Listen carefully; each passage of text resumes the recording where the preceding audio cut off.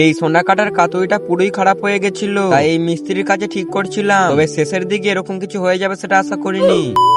তো আজ সকাল 10টার সময় করে ঘুমটা ভেঙে গিয়েছিল, কারণ কাল রাত্রে ভাত না খেয়ে ঘুমিয়ে পড়েছিলাম। তাই এখন সঙ্গে সঙ্গে মুখটা ধুয়ে খেতে বসে পড়লাম, কিন্তু এক গাল খাওয়ার পর কিরকম একটা লাগলো, তাই আর খেলাম না। আর এখন 10:30 বাজে, তাই আবার ঘুমিয়ে পড়েছিলাম। ঘুমটা ভাঙে ঠিক 1:30টার সময় করে, তা আবার কুড়োবালারা আজে। আর আমাদের অনেক নোংরা জমা হয়ে গেছিল, তাই নিচে এসে ফেলে দিই। তারপর উপরে এসে দেখি এদের সব কাতুরিগুলো ধার দেওয়া হচ্ছে, তাই আমিও আমাদের এই কাতুরিটা ঠিক করতে নিয়ে এলাম। কাতুরিটা সবই ঠিক ছিল, শুধু স্প্রিংটা ছিল না, তাই স্প্রিংটা লাগাতে দিলাম, কিন্তু তার সঙ্গে ধারটাও দিয়ে দিল। তাই সঙ্গে সঙ্গে দোকানে এসে তামার রিংটা কেটে চেক করছিলাম। কাতুরিতে বেশ ভালোই কাটা যাচ্ছে, তাই আর উল্টো পাল্টা কিছু না কেটে রেখে দিয়ে ছাদে ঘুরতে এসেছিলাম। কিন্তু এইখানে এসে দেখি ট্যাঙ্কের পাশে গাঞ্জারা রং করেছিল, তবে বৃষ্টি হওয়ার কারণে সব রঙই উঠে যাচ্ছে। আর বন্ধুরা, তোমাদের ওখানে কেমন বৃষ্টি হচ্ছে কমেন্টে জানাবেন। আমাদের এখানে প্রায় বলতে গেলে রোজেরই হচ্ছে, তাও গরমের থেকে বেশ ভালোই লাগছে, তাই ছাদেই ঘোরাঘুরি করছিলাম। সেই মুহূর্তে আকাশ দিয়ে প্রচুর জোরে মেঘ ডাকে, তাই আর ছাদে না থেকে নিচে চলে আসি। এরপর রাতের দিকে আমার কাছে কাজ ছিল না, এই কাকার কাছে একটা কাজ ছিল, তাই ভাই আর কাকা দুজন মিলে কাজ করছিল, আর আমি এদিকে রাতের খাবারটা বানিয়ে নিলাম।